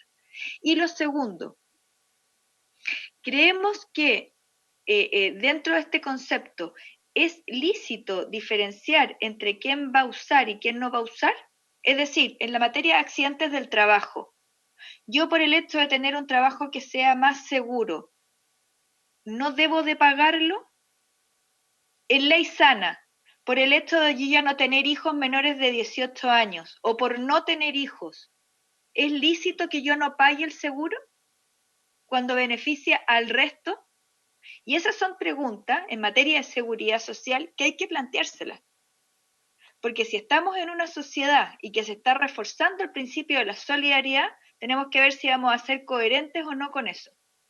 ley sana, en estricto rigor, entonces, bajo este concepto, se le debiera de cobrar solamente a aquellos padres de hijos menores de 18 años. Quien no tenga hijos menores de 18 años no se debería de pagar. ¿Es eso el sistema de seguridad social que queremos tener en nuestro país? Entonces yo creo que son preguntas que tenemos que tener sobre la mesa. Y el concepto y lo que estamos buscando nosotros es proteger los ingresos de los trabajadores, que todos se pueden ver eventualmente afectados a esta contingencia. Que hoy día estén puntualmente en un determinado trabajo es una cosa, pero yo puedo eventualmente luego estar en una situación que sea distinta. Y esa es la discusión, yo creo que es más profunda. Lo otro sería transitar a una idea de seguro con cuentas individuales, tal como la tenemos en el seguro de desempleo, en el cual yo ahorro para mí. Y tenemos un fondo residual que es un fondo solidario. También podría ser una alternativa, la podríamos discutir. Muchas gracias, ministra. Permíteme compartir algunas reflexiones. Y voy a partir de lo último. Es un debate muy antiguo, no es de ahora. Los seguros son parte de la seguridad social. No es un tema dado de que los seguros son seguridad social. Y diría que los casos como el de Sana están precisamente en el límite, porque tiene que ver con los bienes que se quieran proteger. Porque el que yo tenga un seguro catastrófico como opción personal de salud no se puede considerar parte de seguridad social, y a tal punto es un contrato estrictamente privado entre la persona y la empresa de seguro. La diferencia que hay aquí es que aquí se está imponiendo una obligación que no es universal para todos los trabajadores. Este es una carga que se pone para algunos trabajadores según no su trabajo, no su relación laboral, porque reconozcamos que hay muchos honorarios que están en una relación de subordinación y dependencia. Esto ya lo ha fallado así en forma reiterada los tribunales de trabajo y la Corte Suprema también. Esto no es un tema teórico, es reconocido que se simula este contrato comercial, porque el contrato honorario es un contrato comercial y se usa para simular lo que es en verdad una relación de subordinación y dependencia en muchos sectores, y no cabe duda que en el sector público este es una de las áreas donde ocurre, no digo con todos, pero sí con un número muy amplio de personas, también el sector municipal. Y por ende, aquí tenemos algunos que van a estar obligados a incorporarse a este seguro catastrófico que no protege necesariamente ingresos, porque esto va a depender de otros factores, de que la autoridad decrete. Y la autoridad decreta en un marco de un estado de emergencia, y donde el estado de emergencia se puede aplicar a ciertos territorios sí y otros territorios no, y que depende también de una situación económica, es decir, hay factores copulativos para que esto se active, pero no es un derecho individual de las personas que están obligados a cotizar. Y mientras hay otros trabajadores que pueden estar en esa misma zona de emergencia y de catástrofe, que no se van a ver beneficiados con un mismo tipo de instrumento. Y por ende, yo quiero decir que respecto a si es seguridad social que debería tener una de las características de universalidad, no lo es en este caso. Y yo ahí tengo mi duda. Más allá de otros elementos del diseño, yo quiero decir que el análisis que ha hecho Rodrigo Valdés respecto a la ley, la red seca, es bastante contundente, porque se quiere crear un sistema permanente a partir de una situación de emergencia, y se obliga a que todo esto sea autofinanciado por los cotizantes. Aquí el Estado no pone ni un peso para los trabajadores honorarios, ni los del Estado, que no tienen por qué recibir un beneficio de esta norma legal si se les mantienen los ingresos, pero los otros trabajadores independientes van a tener que autofinanciarse 100% esta situación de pérdida de ingresos en emergencia, y van a tener que devolverle la plata que el Estado propone en principio poner. Y uno se pregunta, ¿y por qué no incluir a estos trabajadores, los de honorarios del sector privado, al igual que los trabajadores por cuenta propia, como los transportistas, los transportes escolares, los taxis colectivos que han tenido pérdidas fuertes en su ingreso, con aquellos que se llaman trabajadores informales, y por ende tenemos dos categorías: trabajadores dependientes con contrato de trabajo, parte seguro de cesantía, y el resto, y donde uno tienda a tener beneficios más parejos y no este nuevo mecanismo que en verdad es uno más en el cual el Estado no contribuye a financiar un ingreso mínimo de emergencia. Yo la verdad, lo que se hace es incentivar, ofrecer una ayuda en la emergencia a cambio de amarrarlos a futuro en este seguro obligatorio. Y tampoco entiendo, y quizá usted me pueda contar, ministra, para explicar este cambio de precedencia de quién cotiza, cuándo, diferentes temas. Entiendo que aquí hay por lo menos una consulta de, no sé si fue el señor Rojas que lo planteó, o creo que fue Pablo Rojas, sobre el orden de prelación de los descuentos que están planteados. Yo creo que sería interés de entender si esto están planteando que tenga que comenzar a cotizarse este año y las otras cosas que han postergadas, o esto viene a la cola de las otras cosas que están planteadas, porque el alterar el orden de lo que ya hay, que sí es seguridad social sin duda, para mí, me genera un poco de ruido. Ministra.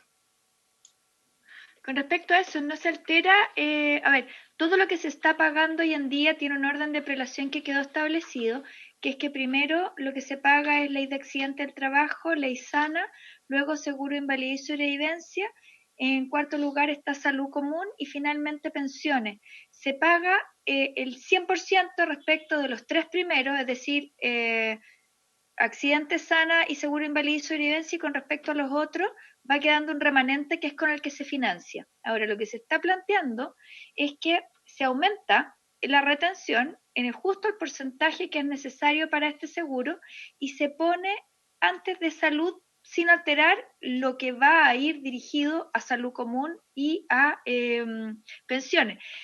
¿Por qué razón se pone en este lugar?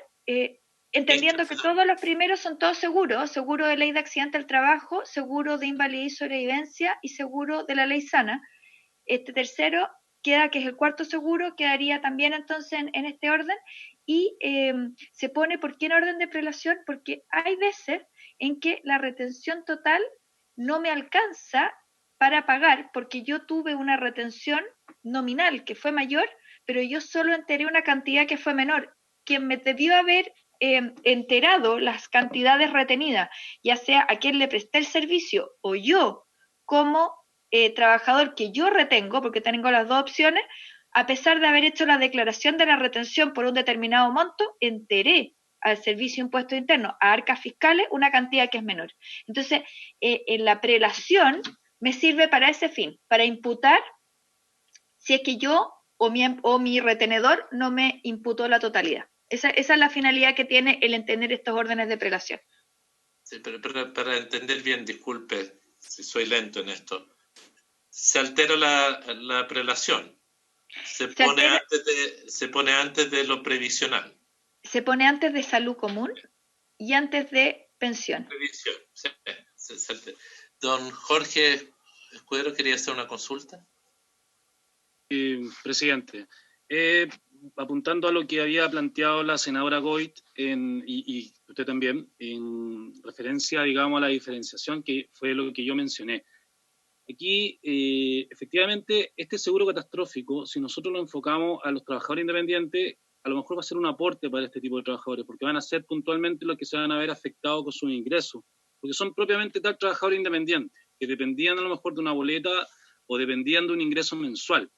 A diferencia de los trabajadores honorarios del Estado, que nosotros en estricto rigor tenemos una permanencia y una subordinación del Estado o de los municipios, y por ende tenemos un sueldo fijo, entonces nos afecta directamente. Y apuntando a esa dirección es que obviamente tenemos que definir y dejar en claro de que este proyecto no nos apunta, no es un beneficio para nosotros y no nos apunta para poder solucionar nuestros problemas, como lo mencioné anteriormente.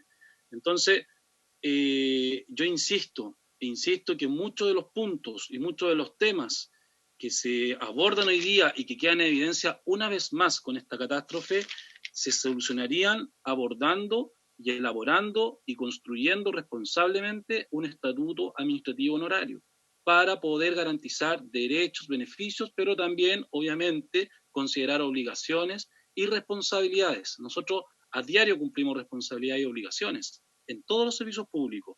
Cumplimos un horario, una jornada laboral, metas, control de horario, control de salida. Entonces, no veo el tope que, digamos, que podemos tener para comenzar a construir esto. O sea, una discusión que cada vez que toca a los honorarios se da, tanto de la subordinación, de la dependencia y de la función que cumplimos nosotros como servidores públicos. Entonces, vuelvo a insistir, aquí hay un proyecto, digamos, que genera este seguro catastrófico a trabajadores independientes, cosa que nosotros no lo consideramos que apunta a nuestra solución frente a cualquier problema o inconveniente que podamos tener producto de esta pandemia. Eso, presidente, solamente era para aclarar. Muchas gracias, Jorge. Don Pablo. Sí, en algunos comentarios en torno a las preguntas y también a lo mencionado por la ministra. Bueno, si bien tenemos contacto con las y los asistentes de la educación, ellos tienen sus propias organizaciones en la medida también que tienen su propio estatuto. El que tiene sus complejidades, pero es distinto. Comparto la propuesta de oficiar o preguntar al gobierno respecto de la situación de los próximos programas, porque si bien en estos momentos el 4.7 es el que se está viendo más afectado, no tenemos ninguna duda que durante el próximo semestre va a haber una afectación de otros programas que se realizan a nivel municipal.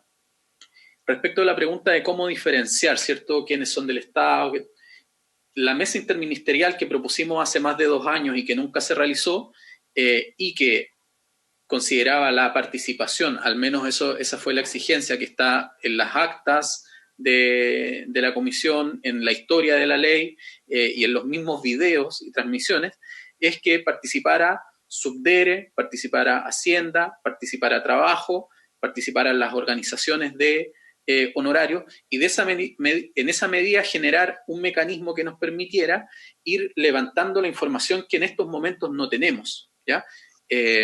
O sea, estábamos pensando en términos de política pública. No obstante, eso no ocurrió. Ahora, a nosotros nos llama poderosamente la atención porque tal como está en las grabaciones y tal como está en la historia de la ley y en las actas, el compromiso fue claro en ese momento del Ministerio del Trabajo respecto de levantar una mesa interministerial con los fines que nosotros expusimos. Lo que sucedió luego, ¿cierto?, fue que en una primera reunión lo que se nos planteó es que primero íbamos a hacer algunas reuniones respecto de la implementación de esa ley para luego dar paso a la mesa interministerial, que nunca ocurrió. Entonces, me parece llamativo que se hable de confusiones de los medios y nosotros hemos estado desde un inicio abordando estos temas. Entonces, la pregunta que nos cabe a nosotros... Quiero, con todo respeto, don Pablo, quiero volver al proyecto de ley, porque después podemos hablar del otro tema de la mesa, que me parece muy oportuno. Volviendo al proyecto de ley entonces, y a la situación de la y los honorarios, una pregunta que podríamos hacernos a propósito de los cuestionamientos de licitud. Bueno, ¿es lícito que el Estado tenga a honorarios sin derechos? Y en ese marco, este proyecto de ley, insistimos, no tiene nada que ver con nosotros. Lo único que hace es imputarnos más deuda que probablemente no nos va a beneficiar en nada, en la mayoría de los casos, y además es parte de un préstamo del fisco y va a las arcas de las AFP en última instancia. Y una última cuestión, quizás sería importante en orden a distinguir qué honorarios son o no del Estado, ¿cierto? Dado que probablemente no tengamos la mesa interministerial. Cuando se habla de que hay muchos honorarios que transitan en el Estado y en el mundo privado, existen los mecanismos para definir eso en estos momentos. Si nosotros vamos a las boletas que emiten las y los trabajadores, nos vamos a encontrar que en su gran mayoría las y los trabajadores que tenemos subordinación y dependencia en el Estado, que debemos ser más del 85%, nuestro principal ingreso es precisamente ese. Entonces, nos parece que insistir en establecer una distinción espuria entre que somos independientes, no lo somos, lamentablemente. Y por lo tanto, llamamos a la Comisión y al Senado a rechazar el proyecto en la forma en que actualmente está. Muchas gracias, señor Rojas. Disculpe que lo haya cortado antes, pero quiero atenernos al tema central. Si la Comisión de Trabajo del Senado en algo puede colaborar para que hagamos el análisis de cómo hacer esta diferenciación de los trabajadores honorarios, eso es algo que podremos conversar oportunamente. Pero me gustaría concentrarnos en este proyecto, en lo que tenemos. Entiendo, ministra, que tenemos señora Pilar, disculpe, tenemos la calificación de urgencia que no ha cambiado. Por ahora, presidente, por ahora no ha cambiado, pero acuérdese que tenemos sesión el martes, entonces a lo mejor ahí puede que llegue un cambio de urgencia, pero por ahora seguimos con discusión inmediata. Y formalmente tenemos que traspasar este proyecto, por ende, a la Comisión de Hacienda antes del lunes, para resolver. O sea, el lunes, claro. Entonces, señora ministra... El miércoles llegó el proyecto, claro. Jueves, viernes, sábado, domingo, lunes, martes. El martes se vence la urgencia. ¿Eso nos obliga a tenerlo votado en sala el martes? O sea, conforme sí, debiera estar despachado por la sala el martes. Señora ministra, no sé cuál es la voluntad del Ejecutivo de cambiar las urgencias, sería mi primera consulta. Es un tema que vamos a conversar. Porque yo lo que tendría que hacer es consultarle a los colegas, la señora Goich y senadora Alamán, cómo procedemos.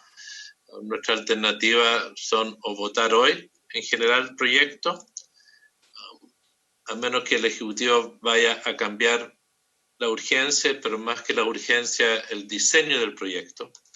Porque al parecer, en relación al diseño del proyecto, no creo que haya una voluntad mayoritaria de la Comisión de aprobarlo, pero estoy suponiendo, entonces me gustaría consultarle a la señora Goech y al señor Alamán para ver cómo procedemos. Necesitamos su micrófono, senadora. Y quiero agradecerle a Rodrigo Valdés, tiene un compromiso, se tiene que retirar, agradecerle mucho por haber participado con nosotros y todo su apoyo. Su punteo, si lo tiene, que lo pueda compartir, sería muy positivo. Muchas gracias, Rodrigo. Sí, lo envié a la comisión hace un rato. Muchas gracias. Hasta luego. Gracias a usted. Adiós. Sí. Presidente, a mí me hace mucho sentido la presentación, creo que ha sido clarísima, de Rodrigo Valdés respecto de la complejidad de un diseño permanente. Si bien uno ve con buenos ojos el hacerse cargo de cómo nosotros tenemos un mecanismo de protección para los trabajadores honorarios frente a la pérdida de ingresos, y que es un desafío, por supuesto, de política pública permanente, pero creo que hoy día no estamos en condiciones de hacer la discusión de un diseño de esa complejidad con una propuesta que unos minutos, no es cierto, creo que el exministro ha dejado en entredicho, con la urgencia que plantea el gobierno. O sea, aquí ir al diseño de largo plazo requiere una discusión técnica que no se puede hacer no solo en los tiempos de urgencia que nos está planteando el gobierno, que es de aquí al martes, sino que tampoco resiste la urgencia de la situación actual de muchas familias y de muchos trabajadores honorarios que efectivamente han perdido su ingreso.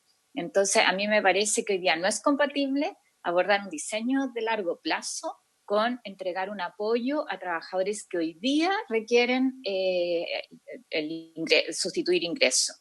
Estamos en un escenario de aumento de cuarentena en la región metropolitana, tenemos el orden de 75 millones de chilenos que entran en cuarentena y que van a requerir apoyo ahora. Entonces, en estas condiciones, mi opción sería rechazar la idea de legislar y vamos más bien a un bono que se entregue, un beneficio que se entregue directamente en forma más simple y hagamos la discusión de largo plazo, con tiempo, con calma, en un diseño que resuelva varios de los problemas que han quedado en esta sesión a la vista. Así que creo que ahí es bien importante que el gobierno también pueda señalar, o sea, cuál es la disposición de un beneficio que se entregue directamente en el caso de trabajadores y familias que quedan sin ingreso, que dependen efectivamente de la prestación de un servicio a honorario, o si van a insistir en este proyecto.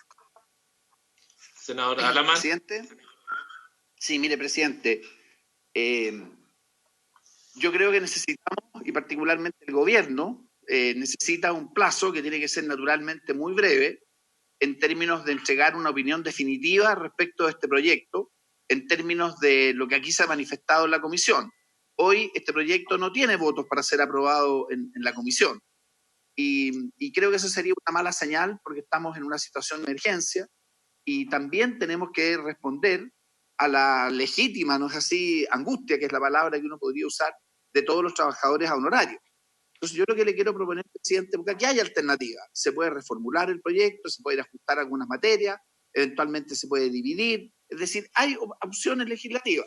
Por lo tanto, como tenemos urgencia hasta el día martes, yo le propongo, presidente, que una de dos cosas, que el Ejecutivo alargue un poco la urgencia, o si no, manteniendo la misma, que tengamos una reunión el día lunes.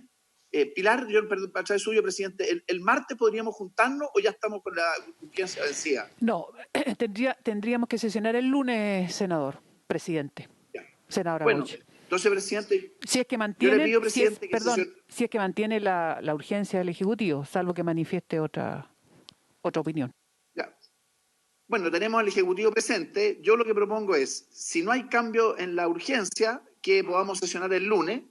Si hay cambio en la urgencia, que vea usted, presidente, con el gobierno cuál puede ser la mejor fecha. Pero si no hay cambio, yo le propongo que votemos el lunes. Mis dudas son las siguientes. No sé si está el ministro de Hacienda, pero si está la ministra de Trabajo. Ministra, no sé si ustedes están dispuestos a separar el proyecto, para ser bien franco, entre lo que es la urgencia y la estructura permanente, o si están necesariamente amarrados. Es decir, si el gobierno está dispuesto con el aporte de los 300 millones de dólares, si están dispuestos a financiar una ayuda a las personas que están a honorarios, entendiendo que podemos aprobar en general, quizás el lunes, si ustedes cambian el proyecto, para que con fondos públicos se haga una ayuda a los honorarios en esta coyuntura y sin el resto de la institucionalidad permanente. Y eso requiere de una visto de ustedes para no estar aprobándolo así forzado, para ser bien honesto entre nosotros. Porque estoy estudiando el proyecto y podemos, por mayoría de votos, eliminar todo lo permanente, dejar los beneficios claro. cortos. Pero entiendo que eso no es el diseño que ustedes han presentado. Y yo, la verdad, si ustedes no tienen voluntad de separarlo, es mejor saberlo hoy, o si quieren tiempo para revisar eso. Yo había pedido el proyecto a la Comisión de Trabajo precisamente porque aborda una cantidad de trabajadores. Tengo que devolver el proyecto, tengo que devolverlo a la Comisión de Hacienda antes de vencerse la urgencia. Y por ende yo creo que ustedes nos tienen que transparentar, uno, si hay nuevos plazos, pero más que los plazos, si hay voluntad de separar el proyecto entre lo transitorio y lo permanente, y para que tenga sentido lo transitorio, si es que el Estado va a poner los recursos o no. Yo creo que si transparentamos eso, podemos tomar una buena decisión. Presidente, yo creo que efectivamente se han planteado cuestionamientos que son muy profundos y son sobre la estructura misma del proyecto. Yo creo que no están dadas las condiciones para poder tener una discusión acelerada, pero cuando uno diseña un proyecto uno le da cierta estructura y por lo tanto yo hoy día en este momento no estoy en condiciones, sin poder analizar el tema en su completitud, acerca de cuáles serían estas propuestas de modificación. Lo que sí creo es que podemos darnos un tiempo para poder analizar bien y yo poder comunicarme con usted y con el resto de la comisión para poder señalarle cuál sería el camino al cual podemos llegar. Entonces, yo le pediría un tiempo. Yo creo que el tema de la discusión, el tema de la discusión inmediata puede ser efectivamente un problema, pero no puedo comprometer hoy día ciertas modificaciones que son más estructurales del proyecto. Yo, para tratar de acoger las diferentes inquietudes, mi inclinación inicial es ponerlo en votación ahora el proyecto. a petición del senador Alaman, me parece razonable que nos podamos dar el tiempo de aquí hasta el lunes a las 9 de la mañana. Usted nos informa que van a hacer un cambio estructural del proyecto distinto. Podemos someterlo a votación en ese momento, pero creo que también hemos sido bastante transparentes de cuáles son las predisposiciones. Así es. Sí. Entonces, con toda la voluntad de darle el tiempo al Ejecutivo si propone otro diseño. Si les parece, señora, porque eso le permitiría a la Secretaría nuestra, si sesionamos el lunes a las 9, entregar un certificado a la Comisión de Hacienda para que la Comisión de Hacienda lo pueda ver el lunes después de nosotros, para poder informar a la sala el mismo día martes. ¿Qué le parece? ¿Estaremos de acuerdo, senadora Goich, senadora Alaman? De acuerdo, presidente. 9 de la mañana el lunes, ¿no? El lunes a las 9 de la mañana. 9 de la mañana el lunes. Sí, de acuerdo. Muchas gracias a nuestros invitados, a don Pablo Rojas, a don Jorge Escudero. Me gustaría en un tema posterior comprometerlos a ambos para que nos ayuden a pensar esta idea, que creo que es atractivo, de cómo crear una diferenciación de la gente que está honorario en el Estado versus que están en contrato honorario fuera del Estado. Yo les voy a confesar mi posición de antemano. Yo prefiero que en vez de honorario estén todos por contrato de trabajo, que sería más transparente la relación ahí y la garantía de derechos en vez de la situación actual. Pero para que tengamos esa conversación, la Comisión de Trabajo del Senado tiene toda la predisposición para realizarlo. Se los quiero manifestar y quizás podamos hacer una jornada en unos 15 días más sobre ese punto. Y, ministra, le quiero pedir un favor adicional. Se ha ingresado un proyecto de ley para regular la relación laboral de los trabajadores que están de despacho en toda esta plataforma Rapid, Uber, etcétera.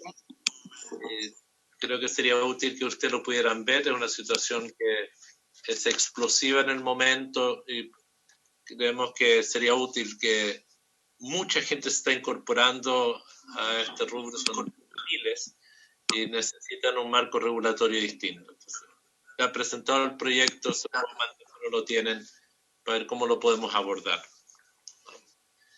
Muchas gracias a todos. No sé si alguien quiere un último comentario. Hasta luego, presidente. Chao, perfecto.